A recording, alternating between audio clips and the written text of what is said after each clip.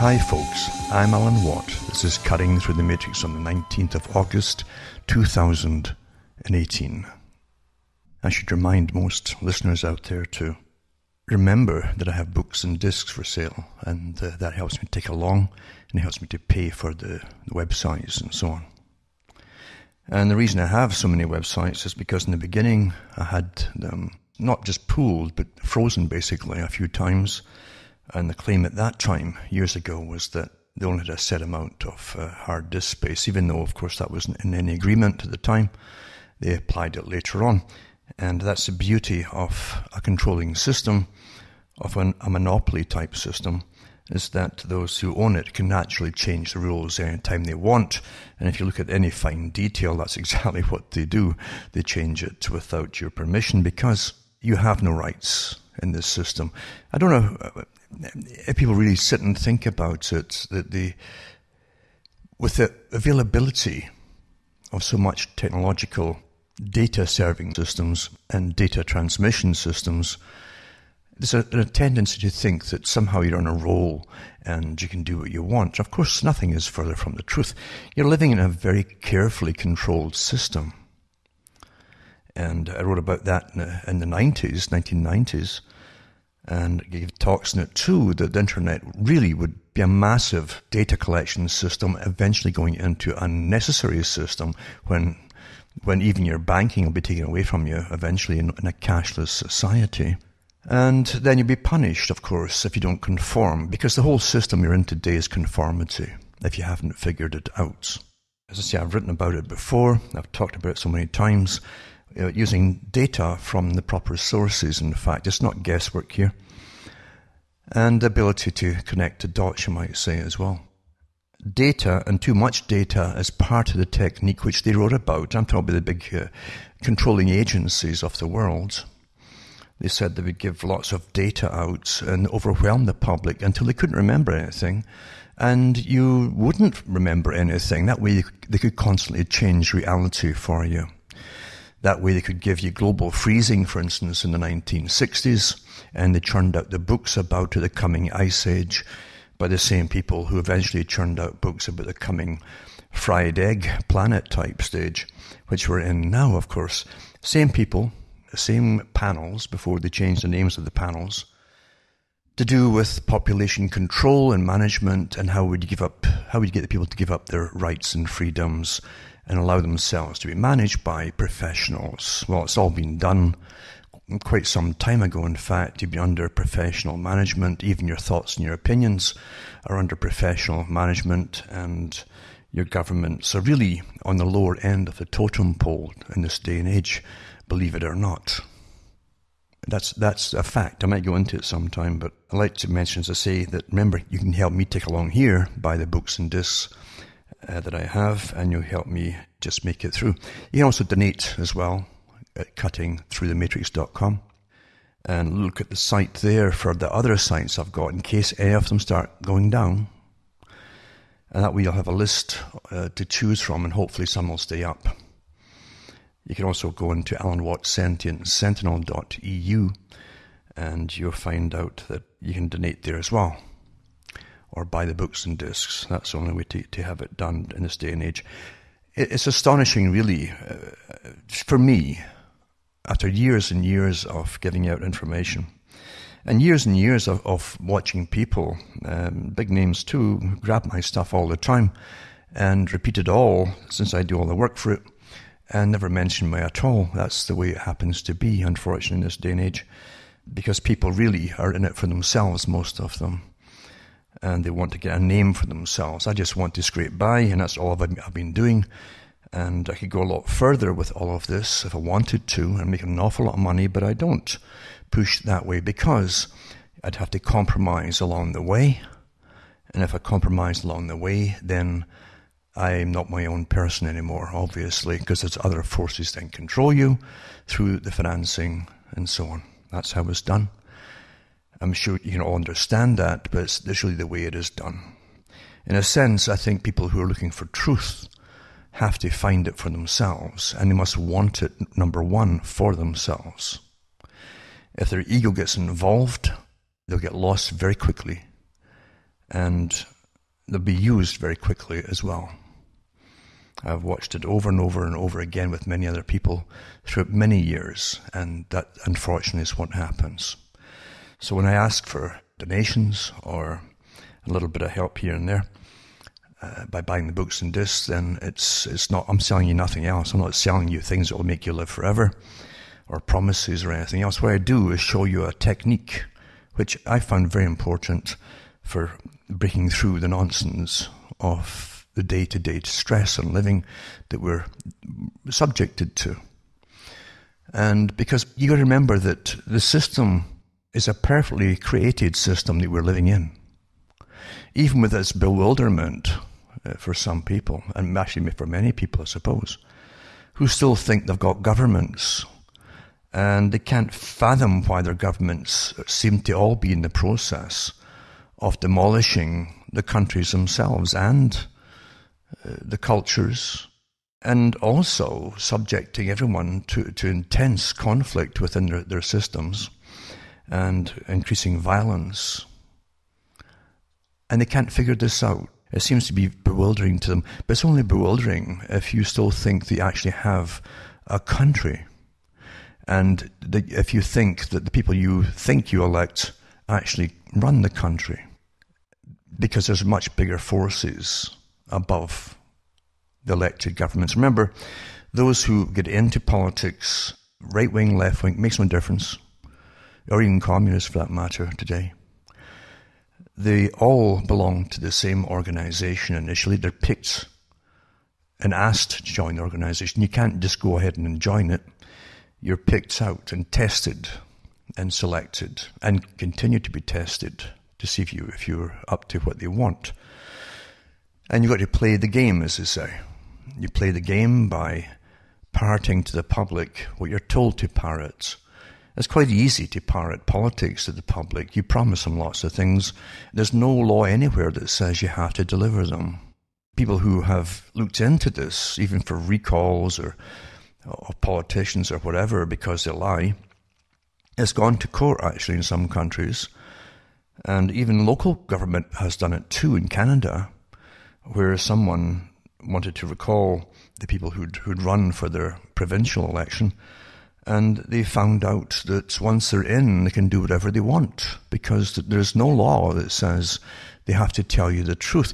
In the news, by the way, and I've given the report years ago, which was published in all the papers at the time, I think it was, anyway. And I did a documentary on it, a small documentary on it too, about a group of journalists and film and camera crew who were given the rights to investigate certain topics. And one of them went into investigating, I think it was Monsanto at the time. I believe it was. But anyway, it turns out that the bosses eventually, when they saw it all, put them on hold and wouldn't put it out because they said that it would interfere with heavy support, financial support to the newspaper or to the TV company, whatever it was. And a documentary was even done about that, in fact, what happened there. It turns out that eventually someone tampered with their article and altered the conclusion and the meaning of it, and so they took the company to the ones that hired them to court because they broke the contract. And it turned out, the judge said that news doesn't have to tell the truth. Because something's called news, there's nothing to do with truth in news. New is new, right? You understand? So we think we know what we're talking about until the crunch comes. But there's nothing to do with news, the term news. It means that it has to be even true. If you looked at the propaganda, which they show you from old documentaries in wartime, for instance, that were churned out by our governments, like Path News and rah, rah, rah, and here's our boys at the front and all that stuff. And then you find out the truth of what was happening. Well, if news was actually a legal thing that you had to, you could take everybody to court, but it doesn't happen because news means nothing. Propaganda is shoved into news all the time. Behavior modification is a daily thing that's inserted into news, and fiction too that is churned out to change your behavior and your opinions and things. All agreed to, even by the people who churn it out through universities and academia at the top, and so-called professionals in neuroscience and behaviorism and psychology. They all work for really a world system today, if you haven't figured that out. Yet most folk don't know that. They're overwhelmed with data. Most of it's 99.9 trivia stories, made up soaps really, that won't affect anything. They're just like bubble gum to waste your time. And don't matter at all to anything. But that stuff that's, if you read a newspaper today, is like tabloid. They should call it tabloid trash at one time. And that's through most papers today. Even the stuff that's churned out on supposedly serious topics is often complete nonsense, or trivia, or irrelevant in the long run of things. And to look at anything today, you have to look at it in a non-linear fashion. If you're completely linear, you've been trained to think in a linear fashion. It's like mathematics. 2 + 2 + 2, and so on. That's how you've been trained to think, in a sense. But to get truth in life, you have to be able to go all over the shop at once, and then connect the dots, and then you realize that, well, all these dots are connecting, and it's not quite linear, but there's definitely a connection here, and that's when you dig into it and find out what really has been happening and why it's happening in that way. We're managed pretty well perfectly today. I've gone through all the different old stuff, really, about nudging people along the internet and how they nudge you to look at what they want you to see on any topic. They'll nudge you to this article as opposed to other articles, for instance. It's very, very controlled. And they'll nudge you into, well, if you looked at that, then other folk also looked at this. So they want you to be like other folk, as they say. And you take their word, well, that's what other folk... No, they didn't. Maybe they did eventually, because they're all giving the same message as you. People who looked at this, also looked at that. And that's how they get you to have a particular opinion on something, or divert you off the topic altogether. It happens every day to thousands, maybe millions of people across the world. Even talking about the censorship, for instance, to do with the Chinese system. Now, China, I remember, and I gave talks in the 90s about this, and the early 2000s, about China was set up from all the top newspapers. I didn't make it up, didn't dream it up, and the television, like British television and so on. They talked about China being the model state for the world. The United Nations kept declaring it too. That means that everything in China is what they wanted the world to copy. The same technique of managing millions and millions of people across the world, billions actually across the planet, regardless of the cultures. So they'd have to get you managed and trained in a very intensive training, by the way, to get you to conform along the same path by using more conformity techniques than were even used on China. Because the Chinese people, their systems and their history, but were more of a collective society. It was a bit easier in a sense that way. But in the West, they had to develop techniques and a lot of deception to make people simply accept conformity along all the major decisions to do with their lives. And so you're trained with a lot of, as I say, deception. We'll say deception right now, but it's scientifically designed deception. Proven it over and over again, by the way. But anyway, let's go back to the whole point of this thing. China is often blamed for so many things, including the way they manage their people. But don't forget that a lot of the management techniques were written out before China, modern China, Even communist China became communist. The techniques were written out by the socialists in the West long before that. How, if only they had the power, this is what they would have given all of us back then. Don't forget that. The Fabian Society, the George Bernard Shaw types that in the 1920s talked about bringing in a system of mandatory socialism, and you would have to prove to your masters why they should allow you to stay alive. What would you do for their state, you see? Because that's the function of it, always to serve the state, serve the state, serve the state. Don't forget that. And so these characters were pushing for that and writing volumes about it and techniques to do it, and even experimentation again on implementation and studying it on other peoples before China adopted it. The elite of the world have always studied techniques of mass control. Always. The elites of the world, as I've said before so many times, are right into eugenics like you wouldn't believe. They're like deep-sea divers in a sense. It's as deep as you can go without getting crushed. That's where they go with it all. They really believe in all this stuff. Because the history of the world, to them, is rather simple.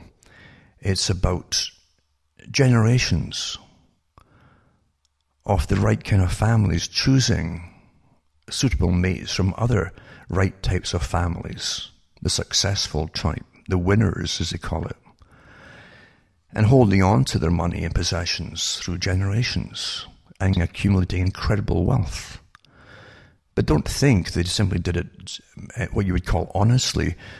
The richest people on the planet simply extorted it from other peoples that they often thought were inferior. The aristocracy of, say, the 19th century, and even into the 20th century, but the 19th century was incredibly haughty and beyond snobbish. In even Britain, for instance, they believed, along again with, you might say, academia to an extent too, and more selective papers that were were a bit more secretive than the ones they published later on how to manage the people on behalf of an upper class. They saw the peasantry of Britain, who had colour, remember, in the 19th century, and centuries before that too, in their big factory towns where they crammed the people into completely inhumane conditions to die at the age of 17. This is the 19th century. And they looked at them, their stunted growth, and what appeared to be a bit of retardation in them, as their fault. They were the losers in the game of life, from bad genetics, from bad stock, and so it never occurred to them, actually, in those days, and the Galtons, and the Darwins, and the rest of them, all chatted quite openly about this in their Royal Society, which they set up with the beehive as their first project, a symbol of the perfect society.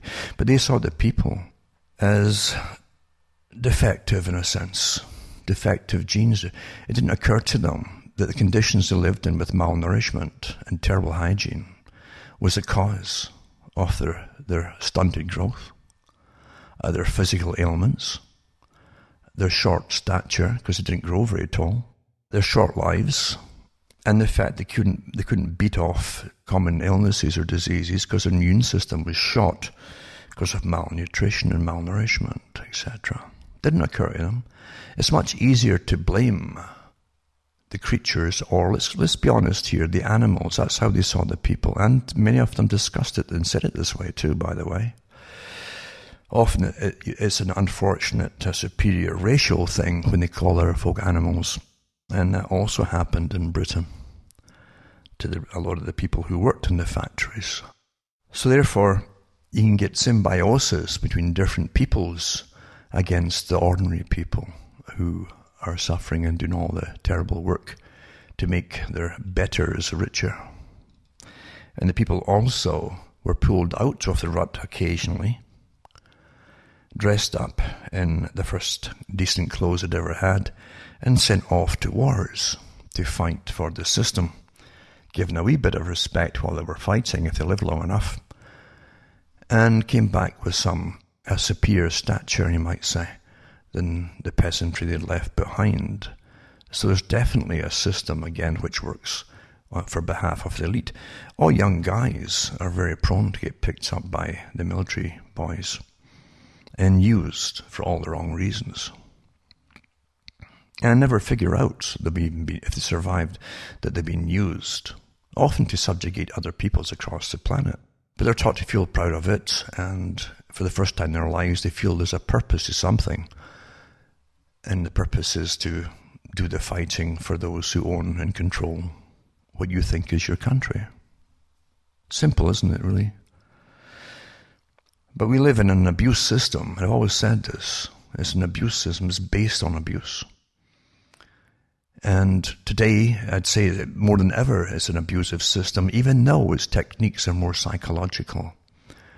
But it's still all pervasive. It's around you everywhere. Everything you look at, for every bad training you get, all your entertainment, every newscast you hear from the big boys, television or radio, is so managed. Some in countries more incredibly so than others. It's very blatant. It's worse than way worse than the old Soviet Union radio used to be. Way worse than that. And I know way more about it too. I've studied it intensely, but I won't go into it in detail here. But the thing is, most folk will never figure this out. With incredible boasting about the system that would come into play, which we're in, with the incredible releases of information and articles from science and so on, telling you how far they've got with eugenics, for instance. Bits and bytes that go through most folks' heads, if at all, without even temporarily sticking on the way in and out. Because again, they're overloaded with data and information. Most of it, as I say, is irrelevant. But from the old talks I used to give about eugenics, and give you examples of movies that had it in it, for instance, like Gattaca, and many others, of course. Then you see the articles coming out about improving the species again by taking out the bad genes, the defective genes, as they call it, and putting in the right genes, which is in the movie too, but there's articles there. I'll put some up tonight, some of the links up tonight about tampering and altering the genetics of society, all for the common good, you understand.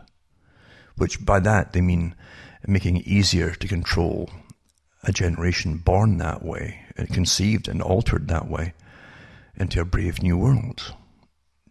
So they can serve better the elite, who won't need as much management then once they've put all the rebellious genes that you might have, or even the inquisitive genes you might have. Just remove them out of the way and try and keep you still functional and productive on behalf of your owners, and things perhaps will be okay. If you look at the history, as I say, of the world, and how every country that was what was called imperialist would go out to create its empire by using generally the poor folk from the countries as cannon fodder, but they'd also often recruit people within those countries who also had nothing and gave them the uniform so they could subjugate their own people. And it's tragic how abuse can be trained into people who should know better. But everyone succumbs to it and says, oh, well, I'm getting paid for it, and now I'm different. I'm superior. I'm wearing this uniform. And then go off and round up your own people and beat them or line them up for firing squads and shoot them. So the abused become the abusers right down to the present day. It's easier with young guys, as I say, who have a natural tribal instinct in them to go off with the gang and fight and survive, they hope. It's easier before because men take ages to grow up, basically, or mature. And everything is set against that too, because you're not meant to become mature. They want you to be a perpetual child in the system. But if you look at the amount of movies, and again, never mind all the war games and Xbox that they've churned out, train them to just be addicted to the idea of killing people in order for all the wars that they had lined up for the 90s into the present day. It didn't happen by chance. It takes a lot of preparation getting folk ready and generation getting ready before they're even born. Prepare for all. How do you indoctrinate them? How do you make them good fighters, or they want to go off and fight without much of a reason? Well, it's quite simple. You give them lots of entertainment, so they want to belong to the group who are fighting to save each other. That's how it's always presented that way. But in reality, they're out subjugating another people, and they have no right to be there in the first place. Again, George Orwell knew this very well in 1984, his book, when he had the new terminology. And that's what we have today, the new terminology. We don't have soldiers, we have peacekeepers who have hand grenades and rifles and bayonets and knives and so on. But we don't call them so. No, we call them peacekeepers as they go to invade. Keep the peace in some other country. The warping is throughout everything. Everything. Just like Orwell had the Ministry of Love, who tortured people. Well, we have them, and it's called extraordinary rendition. They just whisk you off for torture in some other place. They're not torturing, you're rendering. You're getting rendered somewhere, you see. And people get promotions and little medals for torturing people in the most brutal way. Even though they'll still show you old World War II propaganda movies, fictional movies, and they always bring in the Geneva Convention on the rights of the prisoners and so on. But no one mentions that kind of stuff today, do they? Because it's your own countries that are behind this. You're not supposed to really think too deeply. In fact, it can become unhealthy to think very deeply in this day and age. When I'm on the phone with people, I often get cut off now when certain topics come up, and just the word boom, the phone line goes dead. So you know you've got some third party intervening here and listening in, of course. And of course it can also be computerized as well, with the Echelon program and the words, etc., etc. But also, I found out even a week ago, talking to someone in the States, that the phone went quiet, and I realized he wasn't talking. And I mentioned it a few times and still no answer. And I hung up the phone. Now, when you put a phone in its cradle and pick it up again, you should get the dial tone. There was no dial tone. I picked up a few times, no dial tone. I looked at the phone, checked all the rest of it. And about 2 minutes later, again, no dial tone. He comes back on the phone again. So there had been another party there that had the connection still engaged between myself and the person I was talking to. You get these little telltale things. And a lot of us are just studied to have curiosity. We're all studied, actually, all of us. And you're all given your little nudges along certain paths on how to think about things, talk about things, or believe in things. And even to make you think that perhaps that all your opinions about certain topics that seemed so positive before, and you being right about things, could be wrong. They even give out articles from psychology once in a while, and studies that they're doing on that very topic, how to change people's opinions constantly. They're doing this and testing us all. And they've been doing that kind of thing from about the 1950s onwards pretty regularly with surveys, but now it's simple with the internet and monitoring us all. And they know what makes you change your mind, and peer conformity, right down to testing and giving you what seems to be peers, like classrooms, for instance. I think Solomon Asch at one point did a test, and they call it the Asch test, conformity test. And they tested students with a particular topic before something, and then put them back in together with, unknown to the people, a part of the group being told to give an opposing or different answer to something that seems so obvious. And then when the people are in the minority who are correct with the answer, he realized that more people think the other answer is correct, which isn't. They'll change their opinions to go along with the majority. This is an old technique. It's done every year or so. It's a famous one and a very popular one to test, to see how most folk are conforming to what they think is popular opinion. That's just one little trivia thing.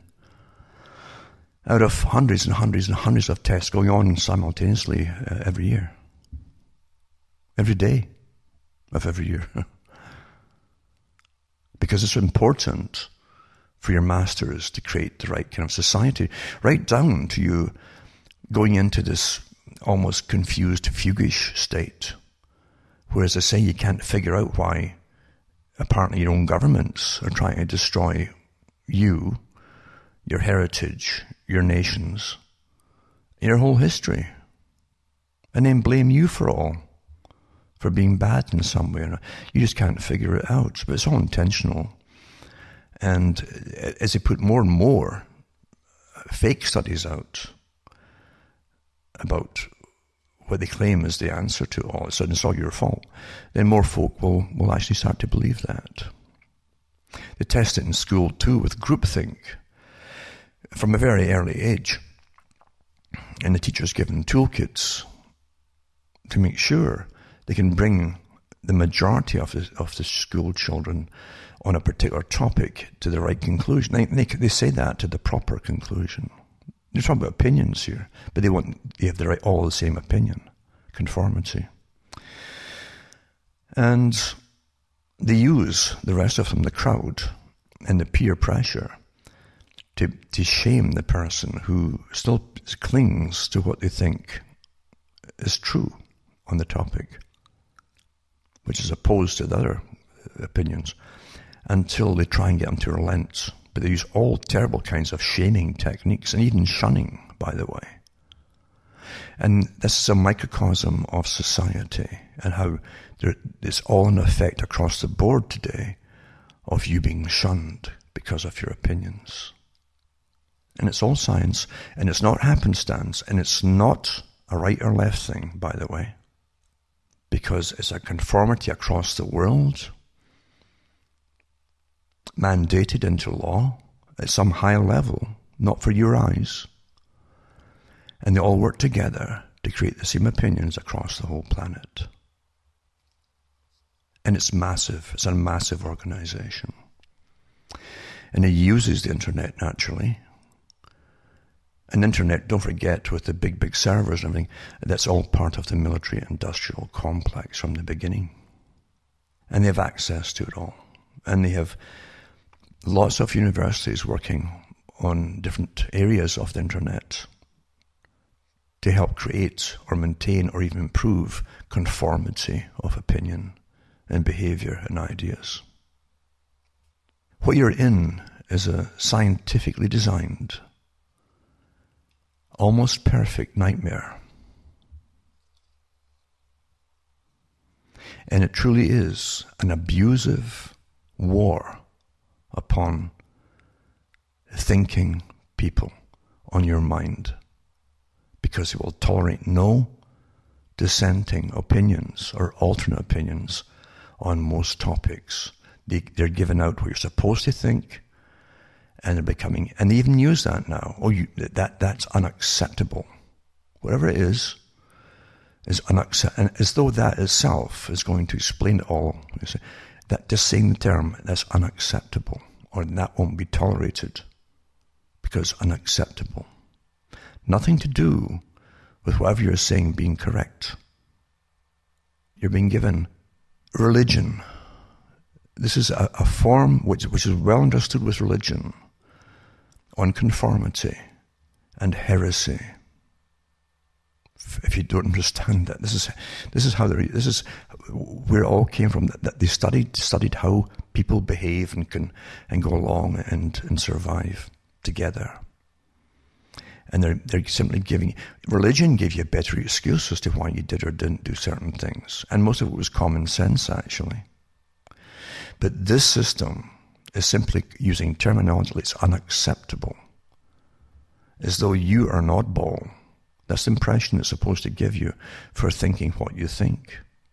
And this unacceptability is supposedly being used like a legality to shut you up, or have you shunned, or locked out of society.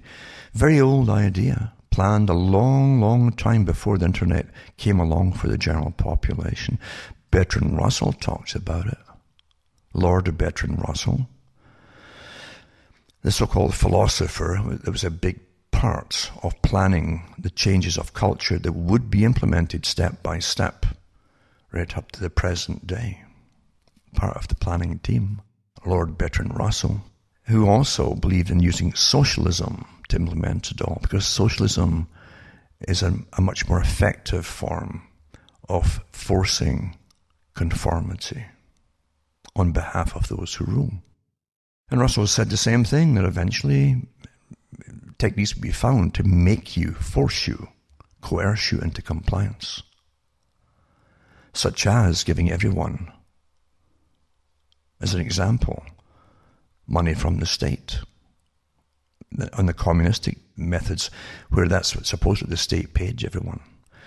And if you didn't go along with something, or you'd said something that was unacceptable, heretical, you might say, then they would withhold your funding for the week or the month, and you couldn't pay your rent, and you couldn't save up your credits from the state.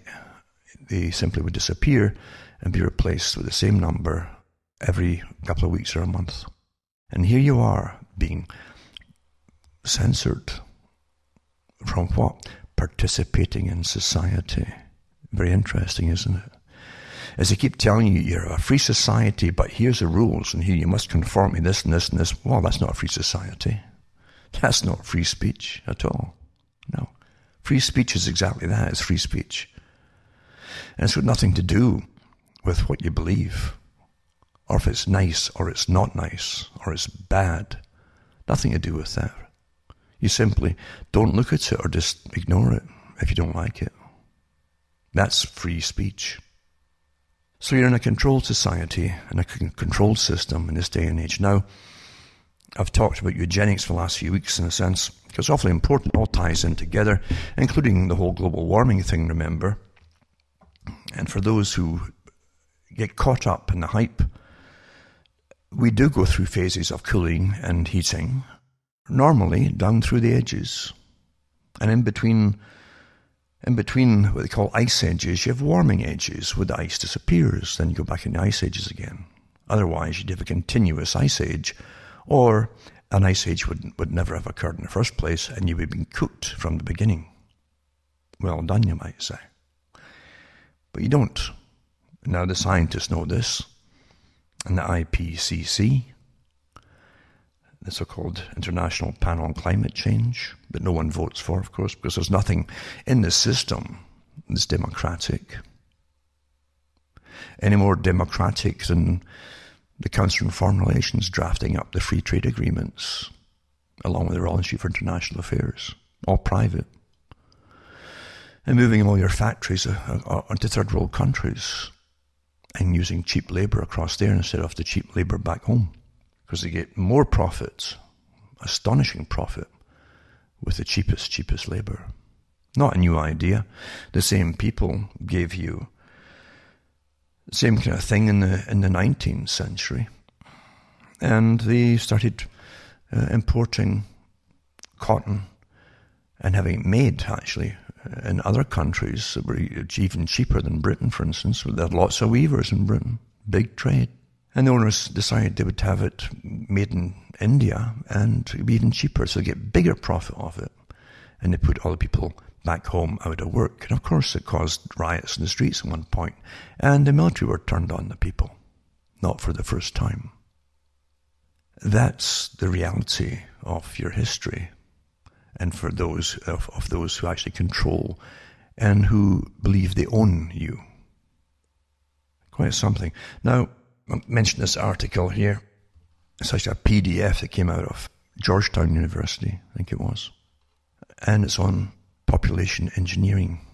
Very interesting article, but not so unusual in academia, where our tax money has them studying all of us on behalf of our betters. And this is population engineering and the fight against climate change. This is 2016. It says, we argue that the threats posed by climate change justify population engineering, the intentional manipulation of the size and structure of human populations. Specifically, we defend 3 types of policies aimed at reducing fertility rates, for the hard of thinking, aimed at reducing fertility rates. Choice enhancement is one, preference adjustment and incentivization. While few object to the first type of policy, the latter two are generally rejected because of their potential for coercion or morally objectionable manipulation. We argue that forms of each policy type are pragmatically and morally justified. Let's say it again, Choice enhancement, number 2, preference adjustment and incentivization. While few object to the first type of policy, the latter two are generally rejected because of their potential for coercion or morally objectionable manipulation. So they argue that the forms of each policy type are pragmatically and morally justified, perhaps even required tools for preventing the harm and the harms of global climate change. See, they're blaming you for all the global change. Nothing to do with the planet, nothing to do with your distance from the sun, etc., in different phases and different. We go through cycles of this. India has got a fantastic history of the planet, actually. Go back further than most folk. And they mention this kind of thing happening so many thousands of years. Because we don't go in some perfect circle around the sun. We never have. And they've always wanted to have the population cut. And it's no coincidence that the Western countries have been going sterile for a long time now. And it really isn't. You got to get out of this idea of coincidence theory. The big boys want, they get, and the general population will always make excuses. Well, they'd never do that. It's like HAARP with the technology and standing wave technology, which they tested all through the 90s pretty openly. And you could see the standing wave results that they were causing, big superheating atmosphere. It's almost like a standing wave of heat, you might say. And how they could even alter the jet stream and take clouds away from an area. And that naturally meant bring them into another area. So you get flooding around it. And you get in the center this very dry as a bone type of heat wave, which we've had here in Ontario. And a few years ago, we had the opposite. We had the rain here almost every day. One summer, a couple of summers, in fact, and lots of fungal problems because of it. Incredible rain. And now it's the opposite. Now we're getting rain around Ontario in a circle, down into the States, Pennsylvania, New York, and even Toronto with the flooding. But here, further north, it's just dry as a bone. Of course, they'd never use it, would they? They just make these things to admire. But everything that's happening, and scientifically, is for control purposes. Always is. I remember the Club of Rome said they were given the task of finding reasons for taking over and destroying the old system of people having rights and all that, and having to accept that their betters, the educated elites, would control them on behalf of the dominant minority of financiers, etc. Anyway, back to this article, and it's under population control, climate change and public policy, fertility and procreation. Two uncontroversial ideas set the stage for the article. First, climate change is amongst the most significant moral problems contemporary societies face in terms of its urgency, global expanse, and the magnitude of its attending harms. Second, population plays an important role in determining just how bad climate change will be. And so here's right off the bat, it's you as the problem. Again, the Club of Rome said that man then would be the problem. We'll blame him for famine, drought, and the like, he said. And that would fit the bill. That would fit the bill. Right? So here's this article going on, and using it all, using the Club of Rome stuff. On the basis of these claims, they'll argue that we will call population engineering the intentional manipulation of size and structure of human populations as a practical, morally justifiable means to help ameliorate the threat of climate change. Policymakers and moral theorists alike have been reluctant to wade into discussions of population policy. No, they haven't actually. It's just that they won't come out and tell the public this. But they certainly are not reluctant. They're getting well paid to do this stuff. We think that this reluctance is unjustifiable and ultimately irresponsible. And then it says we'll identify 4 types of practices and policies hereforth simply called interventions that could effectively reduce human fertility rates. 1, clearly non-coercive choice-enhancing interventions. 2, possibly coercive preference-adjusting interventions. 3, possibly coercive incentivizing interventions. And 4, clearly coercive interventions. And then they go through the techniques here of making these things happen. The interventions can be designed and implemented as part of a global population engineering program while minimizing the possibility of coercion and should be further investigated by ethicists, social scientists, and policymakers. But no mention about the general public, which is the target of all of this. You understand the system you're actually in, folks? This article here and a study is not off the top of their heads. They're getting funded to do this. And you understand the big picture of it all. You've been living through it your whole life and you don't even know it. Along with the standard repertoire of broader policy efforts to fight climate change, which will include reducing consumption-related waste, switching to renewable energy sources. This is all control techniques, funding adaptation efforts, etc. And also give other articles too, and books out there by other folk. They always love to quote each other, you see, since they're all employed by the same global employers at the top. Goes on to see the climate change crisis and the greenhouse gases as always, and how every person born creates more greenhouse gases, etc., and consumption, and how just terrible it is, these births of people, you know. What they really mean is the wrong kind of people.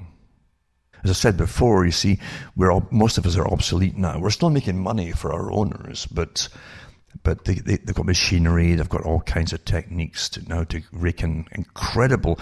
I mean, from the 60s onwards, their own United Nations privately controlled and created system by the Royal Institute for International Affairs, along with the World Bank and the IMF and the Bank for International Settlements. By the way, that's how they control the world.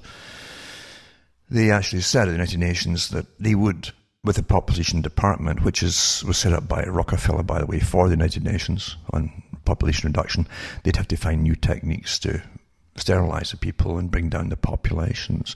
But the UN also would say about the massive increasing gap. They used to release percentages every year on from the rich to the majority and to the poor, and how it was like massive chasms, starting from little crevices to massive chasms, and now it's beyond canyons and so on, with incredible profits they're raking in from third world countries. They really don't need the masses at home except to shove into uniform if anybody reneges on agreements, because these are global agreements between all the countries. All the countries. So if someone wanted to pull out of it, or go their own way or whatever, they can always get a massive army of cannon fodder if necessary, which they'll always use, they think, before they go into the next step, weaponry, etc. But climate control weaponry, weather modification is a very precise thing today and very easily done. And it's interesting that those who are involved in geoengineering are also the same shareholders in the big chemical companies, etc., that make the stuff to be sprayed above us all the time. And I've done articles on them before. It's not guessing, it's not making stuff up. It's only unbelievable to the public who believe the media out there and television is an appendage to their brain. I'm not kidding you, that's how they've been trained to think. If someone in authority says it on television, they'll believe it. If you tell them the same thing with 1,000 times more evidence and show them the evidence, they'll ignore you. They need the affirmation by an important or authoritative type personality. Very easy. This is all again studied and studied and studied. They can train the rest of them to laugh at you by saying the same stuff which they'll put their own guys forward to say in the future. So anyway, they go on about all the reasons and problems that you have and use all the Oxford studies and Harvard studies and every other study, etc., and all the different United Nations departments, etc. But it's all your fault, and you can't live like this anymore, and you can't have children like this anymore. This stuff goes back, way, way back, of positive eugenics, negative eugenics, and positive abortions in a sense, and negative ones. And it all comes down to who should have children, who will not have children. And years ago I read articles from the same sources, by the way, that said that eventually one of your privileges in the future will be to have a child selected, but a child basically granted to you, to have a child, permission by the world government or authority. You don't have to call it government, you call it governance. Because there's so many aspects of government today and governance, most of it private and academic, and most of it commercial, massive commercial, private, that you don't vote for any of it actually. And that's so much for your democracies. Whether it's a republic or a democracy, it's all the same thing. It's a joke. It really is. Anyway, they even talk about mass migrations to mitigate climate change, etc. Remember reading an article from the Rockefeller Foundation years ago, many years ago, maybe 20 years ago, 30 even, talking about the same thing. They would use mass population movements to destroy the old system of the West as well, under the guise of climate migrants. The rest of this particular long PDF, by the way, very interesting with the percentages, etc., and go into all the things they have to do to save us all. It's for the greater good, you understand. That you must be sterilized. And it'd be even nicer if a lot of you would just die, etc. And saving money, eh? Well, you save a lot of money as well. And that's, of course, why you've always... And for every person you kill with assisted suicide, as they like to call it now, they're all doing the same thing. They say, all that money they can save and the carbon they can cut out by killing the old folk off and then killing the fetus in the womb so it doesn't get a chance to add to the greenhouse gas, etc. Yep. You better really sit and think about the system that's on top of you, dominating you, that's indoctrinated you, that's brainwashed you. You better think about it. Because this is not made up stuff, folks. This is only one article of many. And it's pretty tame in a sense. Some of them are rather more vicious. Also going to put up one on monopolies. Monopolies are coercive too, aren't they? They can stop you getting what you need medically. Here's an article of Norwegian hepatitis C patients wait for treatment due to medicine monopoly.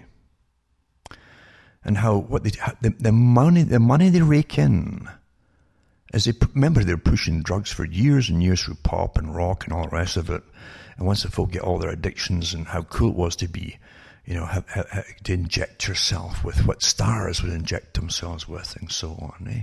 Then you get diseases, and then they make a massive amount of money off you. A 12-week course of the drug Epiclusa medicine, it's called, in Norway, is 540,000 kroner, which is about 57,000 euros.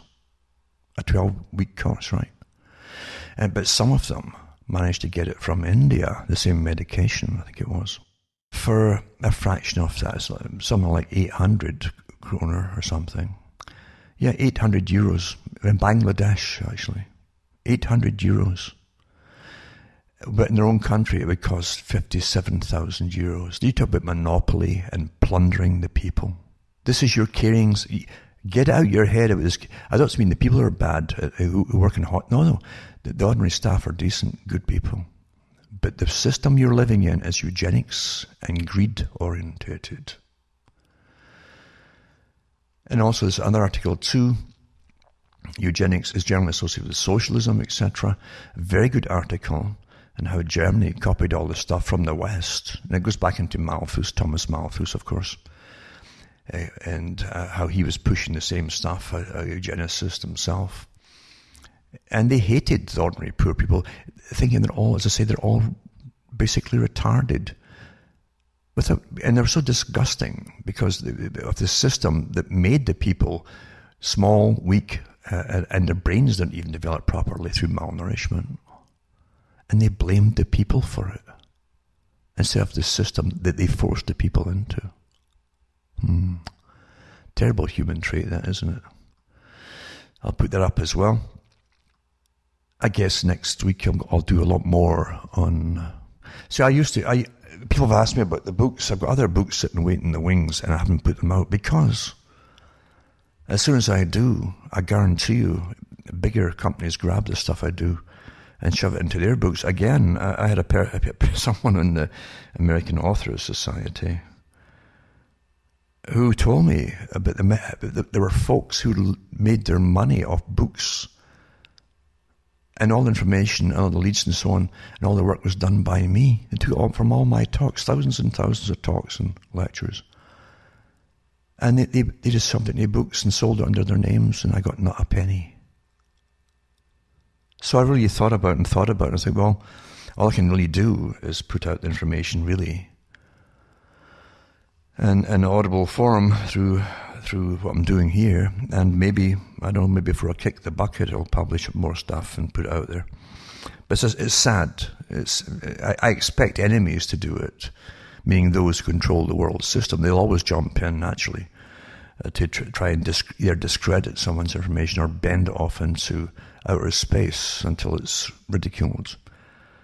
But I also have people who thank me from all over the planet for helping them understand what's really happening and helping them hopefully keep on a hold of their sanity and, more importantly, their humanity. Because this is an incredibly inhumane system, truly inhumane, where they talk about the vast majority of the people, even those who think they've got some credentials up there in the degree department. And as Julian Huxley said, many of them who help us will also be for, basically, he didn't see the chopping block, but he said they were lumped in with the rest that are really expendable. You have to start thinking for yourself and have patience with those who are further along with their indoctrination because they can't help it. It's only pure luck in a sense. There's something active in you that helped you see through things and then go exploring and not get waylaid by all the traps out there into absurdities, which are fascinating, mind you, but absurdities nonetheless. And if you can hold on to your sanity and start using your mind and don't get overwhelmed with useless data, be very selective, then you can stop bashing your own brain, trying to quiet it down with your drugs or alcohol or something, because it's not your fault. You have this inquisitiveness, this little thing in you that makes you ask questions and look for the answers. It's a gift. It's a gift. It can seem like a curse at times in a society. They'll notice you and really come against you, because we are in the scientific management system. Really, it's almost overwhelming today. But anyway, that's all for tonight. So I'm Alan Watt, and I'm from Ontario, Canada, at the moment anyway. And it's good night. May your God or your gods go with you.